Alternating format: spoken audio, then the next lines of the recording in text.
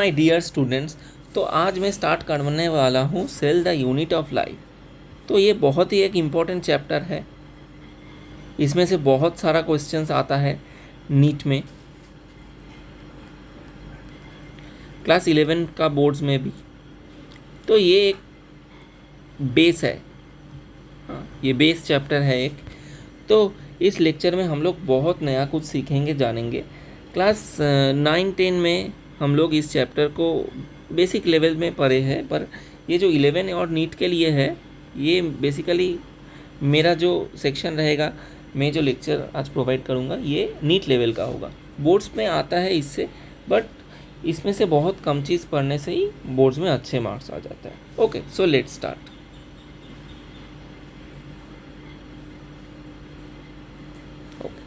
तो हम लोग क्या पढ़ेंगे आज? सेल किसको बोलते हैं, सेल थ्योरी क्या किसने दिया, सेल का क्लासिफिकेशन, प्रोकैरियोटिक सेल किसको बोलते हैं, क्या क्या कैरेक्टरिस्टिक्स फीचर्स रहेगा या फीचर्स रहेगा उसमें हम लोग उसको बोलेंगे प्रोकैरियोटिक सेल। सेल एनवेलप क्या है, साइटोप्लाज्म क्या है, ये सब हम लोग देखेंगे। और हाँ, ये बहुत ही एक बड़ा यूनिट है, मतलब ये टोटल एक यूनिट है। तो ऑब्वियसली ये दो से 3 तो पार्ट में तुम लोग का रहेगा ये वीडियो, 2 से 3 पार्ट। ये पार्ट 1 है, ये वीडियो लेक्चर का पार्ट 1 है। ओके, ये पार्ट 1 है इस वीडियो का। हाँ, तो लगभग 2 से 3 पार्ट होगा इस वीडियो का। सो हम लोग ये पढ़ेंगे। उसके बाद यूकैरियोटिक सेल्स, यूकैरियोटिक सेल्स क्या है, हाँ क्या रहता है यूकैरियोटिक सेल्स में, क्या क्या स्ट्रक्चर होता है। ओके, सो ये सब पढ़ेंगे हम लोग। ओके, तो फर्स्टली अब शुरू करते हैं सेल। तो सेल तो तुम लोग छोटे से ही देख रहे हो, व्हाट इज सेल। हाँ, सेल सपोज एक लिविंग ऑर्गेनिज्म का, एक लिविंग ऑर्गेनिज्म को उठा लो। एक लिविंग ऑर्गेनिज्म का जो स्ट्रक्चर और फंक्शनल फंडामेंटल यूनिट है वही सेल है। मतलब सपोज तुम हो, ये तुम हो, हाँ, तो तुम्हारा जो ऑर्गन्स है, जो चीज़ है जिससे तुम फॉर्म हुए हो, तो वो सेल से तैयार हुआ है। मतलब बहुत सारा सेल्स जुड़ के तुम तैयार हुए हो। Okay, so cell is capable of independent existence. हाँ, ये एक तो सेल वो इंडिपेंडेंटली एग्जिस्ट कर सकता है। हाँ, हम लोग का बॉडी में बहुत सारा सेल है, पर वो लोग सब एक एक डिफरेंटली इंडिपेंडेंटली एग्जिस्ट कर सकते हैं। ओके, और वो एसेंशियल फंक्शंस भी परफॉर्म कर सकते हैं। So cell is the structural and functional unit of life. Structural and functional unit, क्यों? क्योंकि वो स्ट्रक्चर देगा। सपोज सोच लो तुम्हारा एक घर है। हाँ, ऑब्वियसली घर कैसे बनता है? ईटा से बनता है। हाँ, ईटा से बनता है, तो वो ईटा एक तो ईटा से ही एक बड़ा एक घर बनता है, बहुत सारा ईटा लगता है। तो वो ईटा को सोच लो हम लोग का बॉडी का सेल। हाँ, तो ये बहुत सारा ईटा मिला के हम लोग का पूरा सेल हुआ। सेल से सेल बहुत सारा सेल जुड़ के टिश्यू हुआ, बहुत सारा टिश्यू जुड़ के ऑर्गन हुआ, उसके बाद ऑर्गन सिस्टम्स हुआ।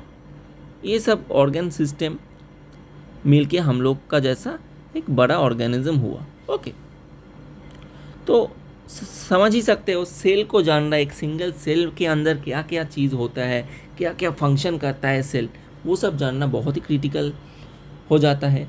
So let's start. ओके, तो ये एक बार ये वाला चीज़ देखो, सेल थ्योरी। तो ऑब्वियसली हम लोग जो चीज़ को देख नहीं सकते, हाँ तुम तुम्हारा दोस्त को देख सकते हो, तुम तुम्हारा सर को देख सकते हो, मैम को देख सकते हो, पर तुम मैम किस चीज़ से तैयार हुआ है, हाँ वो क्या देख सकते हो? नहीं देख सकते। सपोज तुम्हारा घर है, घर में तो प्लास्टर ऑफ पेरिस है, पेंट लगा हुआ है, तो घर के अंदर जो ईटा है, तो तुम क्या उसको देख सकते हो? नहीं देख सकते। तो ऑब्वियसली ये जो सेल का थ्योरी, सेल मिला के ही हम लोग जैसा इतना बड़ा ऑर्गेनिज्म तैयार हुआ, सेल मिल के ही तैयार हुआ टिश्यू। हाँ, टिश्यू से इतना बड़ा ऑर्गन तैयार हुआ, ऑर्गन सिस्टम तैयार हुआ। ये थ्योरी किसने दिया था?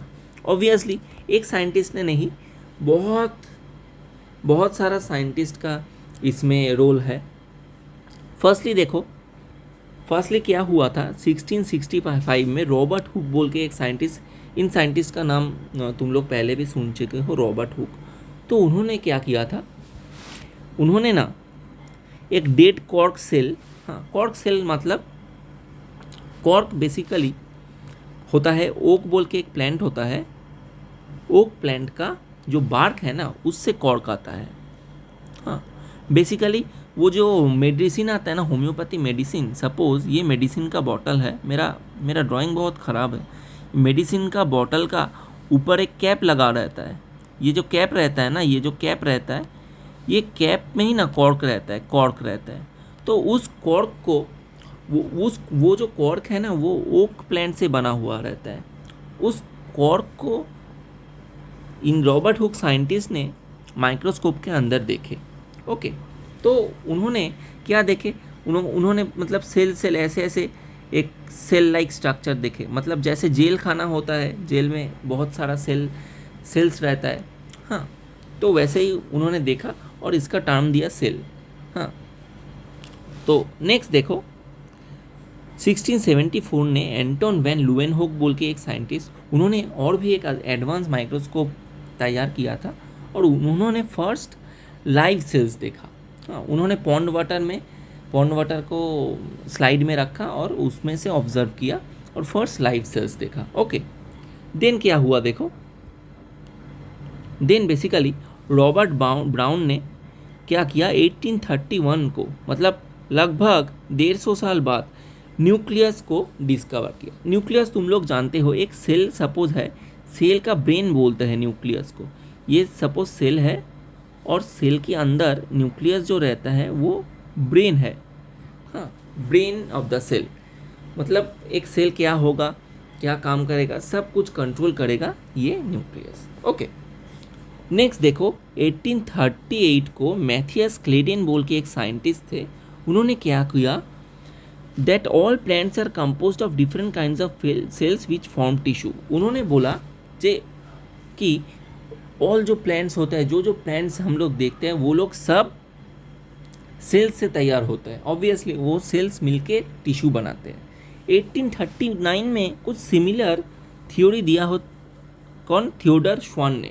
ओके, थियोडर श्वान ने बोला कि प्लांट्स और एनिमल्स का बॉडीज सेल्स से तैयार होता है। प्लांट और एनिमल सबका बॉडी हम लोग जानते हैं बहुत सारे सेल से तैयार होता है, हम लोग का हाथ में भी सेल है, पैर में भी सेल है, हेयर में भी सेल है, बहुत सेल से तैयार होता है। उसके बाद 1855 को आए साइंटिस्ट रूडोल्फ वुर्चो, उन्होंने ही फर्स्ट था जिसने बोला that cells are form from pre existing cells. Okay, हाँ ऑब्वियसली एक सेल रहेगा, तुम्हारे पास सपोज एक सेल है, उससे ही नया 2 सेल बनेगा, ये अचानक कहीं से नहीं आएगा। ओके, एक सेल से ही नया सेल बनता है, सो दैट्स इट। ओके, देखो सेल थ्योरी ये जानना ज़रूरी है। मैथियस क्लेडेन ने क्या बोला, plants are made up of different types of cell, और स्वान ने बोला animals are made up of different types of cells. तो ये दो मिला के ही तैयार हुआ हम लोग का सेल थ्योरी। इसमें बोल रहा है कि ऑल प्लांट्स एंड एनिमल्स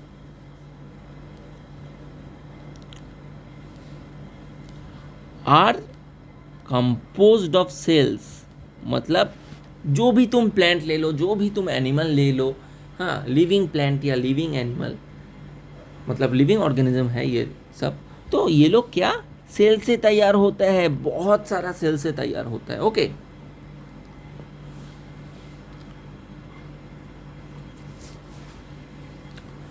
तो देखो रूडोल्फ वर्चो जो था, हाँ 1855 में क्या बोला, ओमनी सेलुला ई सेलुला, मतलब एक सेल से, एक प्री एग्जिस्टिंग सेल से, सपोज तुम्हारे पास एक प्री एग्जिस्टिंग सेल है, ये सपोज एक सेल है, इस सेल से ही नया 2 सेल या सेल तैयार होगा। ओके, ये अचानक नहीं होता, नया पुराना सेल प्री एग्जिस्टिंग एक सेल रहेगा उसी से होगा। उन्होंने ही फर्स्ट बोला सेल डिवाइड करते हैं, new cells are form from the pre existing cells. Okay, cell division मतलब एक सेल से नया सेल तैयार होना। एक सेल से देखो दो सेल हो गया, ये एक था, इससे एक और दो, दो हो गया। ओके, तो समझ में आया क्या? All organisms are composed of cells and products of cells. Cells और प्रोडक्ट्स ऑफ सेल्स से कंपोज होता है। All cells arise from pre existing cells. Okay, मतलब सेल्स पहले था, उसी से ही नया सेल्स आता है, सेल्स से तैयार होता है। हाँ, activities of an organism are outcome sum total of activities and interaction of constituent cells. Okay, तो क्या होता है, हम लोग का बॉडी में इतना सारा टाइप का सेल है। हाँ, हम लोग का हैंड का सेल है, पैर का सेल है, ब्रेन का सेल है। तो ये लोग अपने आप में कोऑर्डिनेट करता है और हम लोग का वर्किंग में हेल्प करता है। ओके, एक एक्सेप्शन तो रह ही जाएगा। तुम लोग जानते हो, सपोज बहुत जन नहीं भी जानता होगा कि वायरसेस, हाँ, वायरसेस में की सेल नहीं है। वायरस कोविड का टाइम का तो देखे ही थे क्या हुआ था। वायरस है नॉन लिविंग, जानते हो, नॉन लिविंग है। होस्ट के बाहर जब रहता है, होस्ट के बाहर जब रहता है वो लोग नॉन लिविंग नेचर का है, वो लोग का सेल नहीं है। मतलब वायरस असेलुलर है, मतलब ये लोग का कोई सेल नहीं है। They are composed of nucleo protein particles, therefore they are not consider either living और नॉन लिविंग। ओके, मतलब ये लोग न्यूक्लियो प्रोटीन से बना होता है, मतलब न्यूक्लिक एसिड और प्रोटीन से बना होता है ये लोग। ओके, ये दो चीज से ये लोग बना होता है। ओके, तो देखो नीट में बहुत सारा ये सब क्वेश्चन पूछता है, ये सब तो तुम लोग 8 से ही पढ़ चुके हो। तो स्मॉलेस्ट सेल क्या है? Mycoplasma is the smallest cell, ये जानना इंपॉर्टेंट है। माइकोप्लाज्मा है smallest. Okay, mycoplasma is the smallest cell, mycoplasma. Ostrich का एक होता है लार्जेस्ट एक सिंगल सेल। ओके, और लॉन्गेस्ट सेल होता है हम लोग का नर्व सेल या न्यूरॉन बोल सकते हो। सो दैट्स इट। ओके, देखो सेल, अब सेल मतलब वो नहीं सिर्फ एक गोल हुआ, उसमें बहुत सारे कंपोनेंट आएगा, ऑर्गेनल आएगा, न्यूक्लियस आएगा, वैसे नहीं।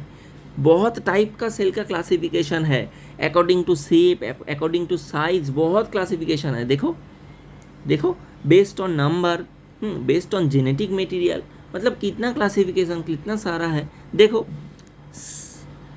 शेप से तुम लोग क्लासीफाई करोगे तो रेड ब्लड सेल्स होता है, जानते हो, वो ऑक्सीजन कैरी करके ले जाता है।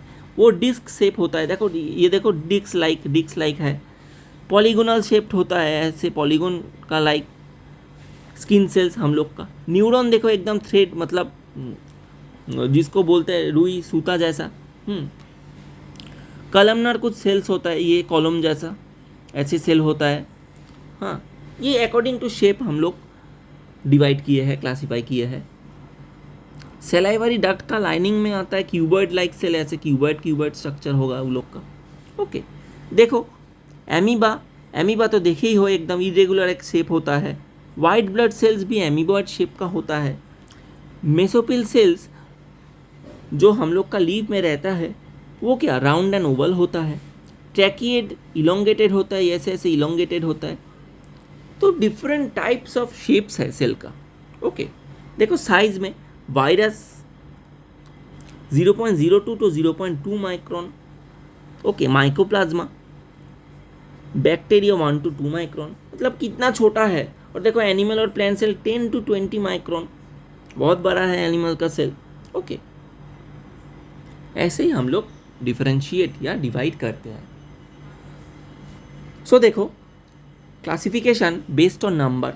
कुछ ऑर्गेनिजम्स जानते हो, कुछ सेल यूनिसेलुलर होता है, मतलब एक सिंगल सेल में ही वो लोग का पूरा लाइफ डिपेंडेंट है। एक single cellular organism, one cells. Okay, देखो बैक्टीरिया है, उसमें made up of single cell. ये सिंगल सेल ही रेस्पिरेशन, एक्सक्रीशन सब कुछ कम करता है। हम लोग का तो वैसे नहीं है ना, हायर ऑर्गेनिज्म का ऐसा नहीं होता। एमीबा, ईस्ट, ये लोग सिंगल सेल में ही सब कुछ करते हैं। मल्टी सेलुलर, सपोज देखो प्लांट्स और एनिमल्स बहुत लाख लाख करोड़ करोड़ सेल्स लेके तैयार होता है। ओके, मोर देन 1 सेल से तैयार होता है। Specialize cells perform different functions, तो डिफरेंट फंक्शंस करते हैं, स्पेशलाइज्ड सेल्स होता है। Cells then interact with one another to maintain life. Okay, तो लाइफ मेंटेन करते हैं सेल एक साथ इंटरेक्शन करके। एक एक टाइप का सेल एक एक के साथ इंटरेक्ट करता है। ओके, अब देखो बेस्ड ऑन जेनेटिक मटेरियल, अब मतलब प्रोकैरियोटिक भी होता है और यूकैरियोटिक भी होता है based on genetic material. Prokaryotic और यूकैरियोटिक मतलब समझ लो कि सपोज ये एक सेल है, हाँ, इस सेल के अंदर न्यूक्लियस है, मतलब वेल डिफाइंड न्यूक्लियस है, ये एन सपोज न्यूक्लियस, और एक सेल है इसका कोई न्यूक्लियस नहीं है, no nucleus. Okay, no nucleus, तो नो न्यूक्लियस जब रहेगा उसको हम लोग बोलेंगे प्रोकैरियोटिक। प्रोकैरियोन इस टर्म का मीनिंग होता है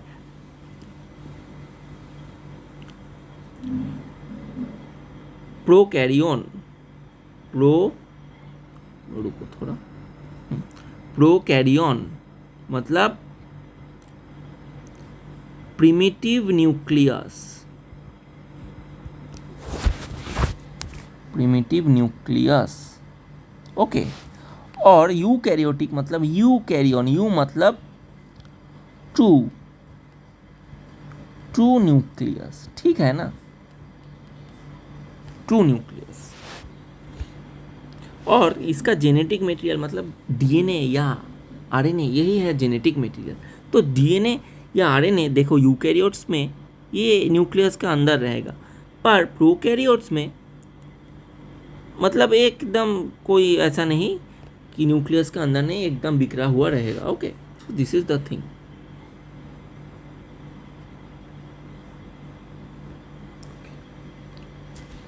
अब देखो, अब शुरू होगा असली गेम। तो प्रोकैरियोटिक सेल क्या है, कैसा दिखता है प्रोकैरियोटिक सेल, क्या क्या चीज़ है इसमें। देखो ये दिख रहा है ना एकदम बैक्टीरिया जैसा, ये बैक्टीरियल सेल ही है। तो कैसा होता है, क्या क्या स्ट्रक्चर रहता है, उस स्ट्रक्चर में क्या क्या काम करते हैं बैक्टीरियल सेल्स। तो देखो कैरेक्टरिस्टिक फीचर्स देखो क्या है इसका। ओके, कैरेक्टरिस्टिक्स फीचर्स देखो, तो इसमें ना membrane bound organelle such as ER, Golgi, हाँ ये लोग मेम्ब्रेन बाउंड नहीं होता। मेम्ब्रेन बाउंड मतलब सपोज ये एक सेल के अंदर, हम लोग जानते हैं क्या, माइटोकॉन्ड्रिया ऐसे मेम्ब्रेन के अंदर रहता है, हाँ, लाइसोसोम ऐसे एक कंपार्टमेंट के अंदर रहता है, वो सब ना ये एक मेम्ब्रेन के अंदर नहीं है। ओके, तो ये लोग मेम्ब्रेन के अंदर नहीं है, तो एक मेन फीचर है। पर यूकैरियोट्स में हम लोग देखते हैं कि माइटोकॉन्ड्रिया का अलग एक मेम्ब्रेन है, हाँ, एक अलग कंपार्टमेंट के अंदर है, सेल के अंदर एक अलग कंपार्टमेंट के अंदर है, गोल्गी में भी सेम अलग कंपार्टमेंट में है। ओके, एक्सेप्शन है राइबोसोम, ये नॉन मेम्ब्रेन बाउंड है। Okay, represented by bacteria, pleuropneumonia, pneumonia like organism, blue green algae and mycoplasma. Okay, देखो बैक्टीरिया बोलो, निमोनिया बोलो, ब्लू ग्रीन एल्गी बोलो, ये सब प्रोकैरियोट्स में पड़ जाता है। तो याद रखना होगा बैक्टीरिया, निमोनिया, ओके, उसके बाद ब्लू ग्रीन एल्गी BGA, ये सब प्रोकैरियोट्स में गिरता है। ये लोग स्मॉल इन साइज होता है और मल्टीप्लाई बहुत स्पीड से करता है। क्या साइज में स्मॉल होगा, small in size, okay, multiply rapidly, मतलब बहुत तेजी से मल्टीप्लाई करता है यार, बहुत ही तेजी से। 1 से 2, 1 से 2, 2 से 4, 4 से 8, 8 से 16, ऐसे मतलब कुछ ही मिनटों में बहुत ज़्यादा मल्टीप्लाई कर जाता है ये लोग। Okay, cell wall surround cell membrane except mycoplasma, मतलब ये लोग का सेल जो मेम्ब्रेन है, सपोज ये सोचो सेल मेम्ब्रेन है, that is surrounded by another layer, एक लेयर होता है, उसको हम लोग सेल वॉल बोलते हैं। ओके देखो इसमें, ये देखो सेल वॉल है, ये वाला है सेल वॉल, हाँ, और अंदर का जो है वो है सेल मेम्ब्रेन या प्लाज्मा मेम्ब्रेन भी बोलते हैं इसको। देखो ये अंदर वाला येलो वाला ये है प्लाज्मा मेम्ब्रेन, और उसका बाहर वाला है cell wall, cell wall. Okay इसमें कोई वेल डिफाइंड न्यूक्लियस नहीं रहता, वेरी इंपॉर्टेंट पॉइंट वही मैं बोल रहा था, कोई वेल डिफाइंड न्यूक्लियस नहीं रहता। ओके जेनेटिक मटेरियल नेकेड रहता है, नेकेड क्यों रहता है? सपोज ये है एक सेल, इसमें न्यूक्लियस के अंदर नहीं है जेनेटिक मटेरियल, सपोज ये करो डीएनए, तो ये न्यूक्लियस के अंदर नहीं रहेगा तो क्या होगा? देखो नेकेड रहेगा ना, इसी को नेकेड बोलते हैं। तो दिस इज द थिंग, बहुत इजी है। Okay fluid matrix filling the cell is cytoplasm. Okay तो क्या एक सेल में जो फ्लूइड या वाटरी जो मैट्रिक्स होता है वो क्या, उसको क्या बोलते हैं? साइटोप्लाज्म। ये जो पूरा स्पेस है, ये जो पूरा स्पेस है, सपोज ये पूरा स्पेस जो है वो साइटोप्लाज्म है। Okay this is cytoplasm, easy है बहुत। Many bacteria have smaller circular DNA outside genomic DNA called plasmids. Okay ये जानना भी जरूरी है, नया चीज है। देखो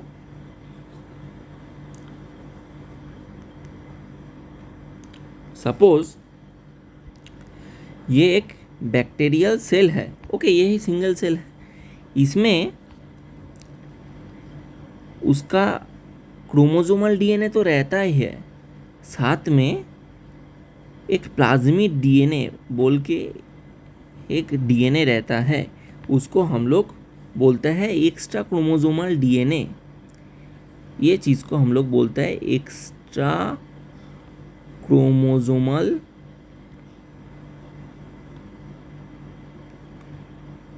DNA. Okay this is the thing. Unique character क्या? एंटीबायोटिक रेजिस्टेंस देता है बैक्टीरिया को। ये जो प्लाज्मिड डीएनए है उसमें कुछ जीन्स रहते हैं जिसमें से ना बैक्टीरिया एंटीबायोटिक रेजिस्ट कर लेता है। मतलब सोचो इंसानों के लिए तो बहुत ही हार्मफुल चीज़ है ये plasmid DNA. Okay so this is it. तो नेक्स्ट स्लाइड देखो। ओके क्या क्या स्ट्रक्चर रहता है इसमें? तो देखो ये बैक्टीरियल सेल है, जो आउटर जो लेयर्स रहता है उसमें क्या क्या है। फर्स्टली तो देखो ये जो फर्स्ट लेयर है, ये आउटर लेयर जिसको हम लोग बोलते हैं वो है ग्लाइकोकैलिक्स। ओके ग्लाइकोकैलिक्स रहता है। उसके बाद रहता है ये येलो वाला है, उसको हम लोग बोलते हैं क्या? सेल वॉल, जो मिडिल लेयर है। और सेल मेम्ब्रेन जो है वो है एकदम इनर लेयर, सेल मेम्ब्रेन है इनर लेयर। ओके तो इसमें डिफरेंट पार्ट्स का डिफरेंट फंक्शन है, देखेंगे हम लोग। ओके तो देखो आउटर जो आउटर मोस्ट लेयर है उसको हम लोग क्या बोलते हैं? ग्लाइकोकैलिक्स बोलते हैं। ओके आउटर मोस्ट लेयर को ग्लाइकोकैलिक्स बोलते हैं। Has a coating of mucus और polysaccharides macromolecules which protect the cells and helps in addition. Okay तो क्या होता है इसमें?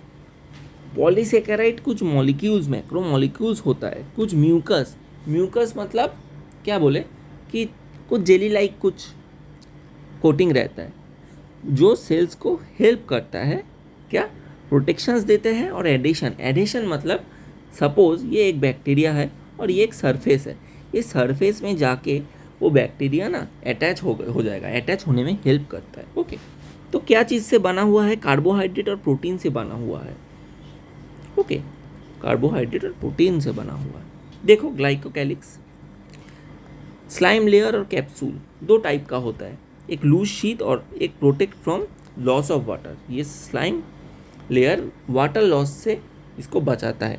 हाँ ये जो लेयर रहता है ना, इसमें से वाटर इजीली बाहर नहीं जा सकेगा। बैक्टीरिया सेल से वाटर बाहर चला गया तो ख़त्म, बैक्टीरिया मर जाएगा ना वाटर लॉस से। और एक देखो कैप्सूल, थिक और टफ लेयर होता है। ग्लाइकोकैलिक्स का थिक और टफ लेयर को कैप्सूल हम लोग बोलते हैं। स्टिकी एक कैरेक्टर देता है सेल को, allows bacteria to hide from host immune system. तो वेरी वेरी इंपॉर्टेंट, होस्ट का इम्यून सिस्टम से उसको छुपने में मदद करता है ये। ओके, अब देखो जो मिडिल लेयर है उसको हम लोग बोलते हैं क्या, सेल वॉल। ग्लाइकोकैलिक्स का मिडिल लेयर सेल वॉल। तो सेल वॉल तो हम लोग जानते ही है, क्या करता है सेल वॉल, शेप देता है और एक स्ट्रक्चरल सपोर्ट देता है। हाँ, इस स्ट्रक्चर को सपोर्ट करेगा।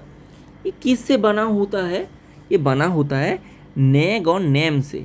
नेग मतलब इन एसिटाइल ग्लूकोजामाइन, इन एसिटाइल ग्लूकोजामाइन, और नेम मतलब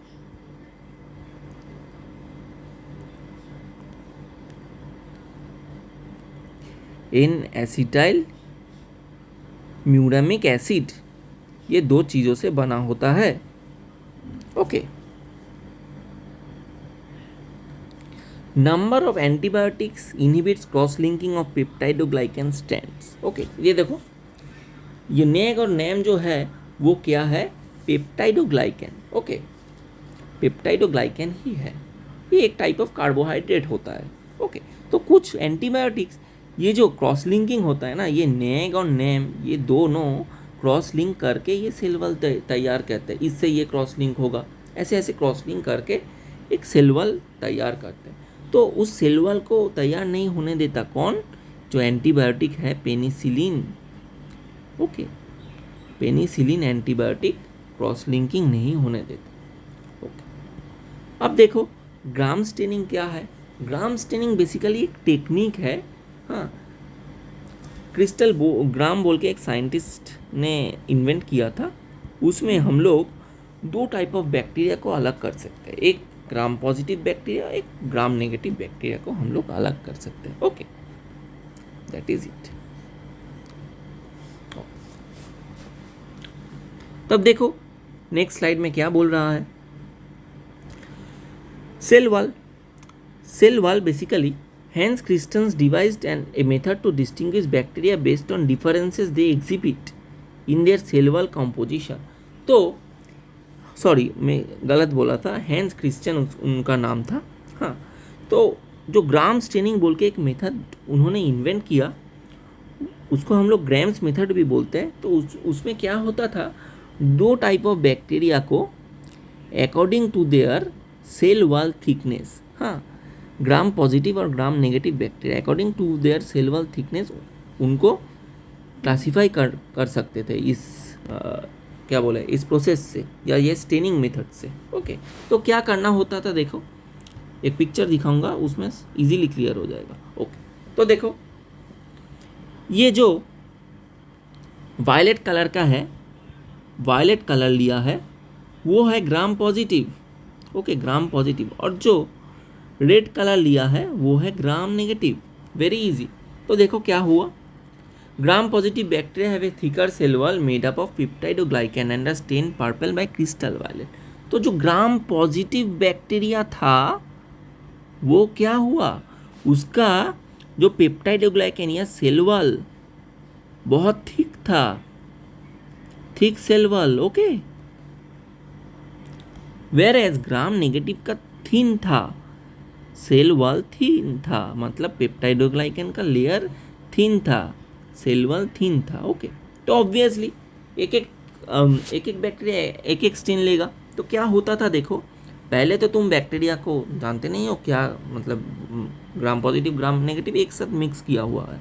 तो उन्होंने क्या किया, फर्स्ट में क्रिस्टल वायलेट दिया, देखो स्लाइड में बैक्टीरिया है उसमें क्रिस्टल वायलेट दिया, सब पर्पल हो गया ऑब्वियसली। उसके बाद आयोडीन दिया, सब पर्पल हो गया, पर्पल ही था। उसके बाद एल्कोहल दिया, एल्कोहल क्यों देते जानते हो, वॉश आउट करने में, तो डी कलराइज हो गया।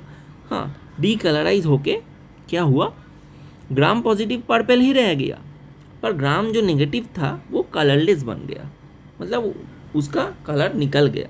उसके बाद उन्होंने सैफ्रानिन दिया, सैफ्रानिन रेड कलर का होता है, देखो रेड कलर का। उसके बाद सैफ्रानिन देने के बाद ग्राम पॉजिटिव पर्पल ही रहा, पर ग्राम नेगेटिव पिंक बन गया। क्यों, देखो क्यों, देखो क्यों, क्योंकि ये जो ग्राम पॉजिटिव का पेप्टाइडोग्लाइकन लेयर है देखो बहुत मोटा है, वेयर एज ग्राम नेगेटिव का बहुत क्या थिन है। ओके, तो ग्राम पॉजिटिव में ये जो क्रिस्टल वायलेट ये अंदर तो आया पर अल्कोहल देने से बाहर नहीं निकल पाया। ओके, समझ में आया? क्रिस्टल वायलेट अंदर आया पर बाहर नहीं निकल पाया, इसीलिए ये लोग वायलेट हो गया। और सैफरन दिया तो भी कुछ नहीं हुआ उसको। वेरएज इसमें क्रिस्टल वायलेट दिए, अंदर आया पर उसके बाद बाहर भी निकल गया। और सैफरनिन देने से लास्ट में, उसके बाद तो अल्कोहल देके तुम लोग वॉश कर दिया, और सैफरनिन देने से ये एकदम चला गया उसका colour. Okay, single layer silver होता है, हैव लार्ज या thick amount of peptidoglycan in the cell wall. Thick amount या लार्ज अमाउंट ऑफ पेप्टाइडोग्लाइकन रहता है सेल वॉल में। ग्राम स्टेन लेता है, याद रखना है ग्राम स्टेन लेता है। इसमें से नीट में बहुत क्वेश्चंस आता है। ओके, मैं क्वेश्चन आंसर सीरीज़ भी कराऊंगा, ये तो मतलब अभी स्टार्ट हुआ है, अभी तो ये सीरीज़ स्टार्ट किया है मैंने। क्वेश्चन आंसर भी कराऊंगा 2026 का नीट के लिए। ओके, जो जो एक्सपीरियंस है हम लोग से जुड़ जाइए जल्दी जल्दी। ओके, सो दिस इज और ग्राम नेगेटिव देखो, cell wall is double layered and wavy, have lesser thin amount of peptide, बहुत कम लेयर ऑफ पेप्टाइडोग्लाइकन है और ग्राम स्टेन नहीं लेता। Okay, so this is the thing. अब देखो तो नेक्स्ट हम लोग जो है सेल एनवेलप का, सेल वॉल का एक्सटेंशन, वो सब लेके पढ़ेंगे। पर आज मैं सोचता हूँ कि ये नया टॉपिक है इसलिए ज़्यादा मैं नहीं जाऊँगा, तो ये फर्स्ट पार्ट इतना ही रहेगा। So thank you for watching. Next parts में हम शुरू करेंगे सेल एनवेलप से। ओके, सेल एनवेलप से हम लोग शुरू करेंगे, सेल वॉल का जो एक्सटेंडेड पार्ट है वो लेके हम लोग डिस्कस करेंगे। बहुत नया कुछ जानने को मिलेगा। सो प्लीज़ स्टे ट्यून्ड और फॉलो द अपडेट्स। और मेरे से जुड़ने के लिए मेरा जो टेलीग्राम है और मेरा व्हाट्सएप है मैं डिस्क्रिप्शन में दे दूँगा, दोस्तों को बोलो जुड़ने के लिए। और प्लीज़ सब्सक्राइब करो मेरे चैनल को। मैं ऑब्वियसली मेरा चैनल बहुत नया है, मैं ग्रो कर रहा हूँ। So stay tuned. Okay, thank you.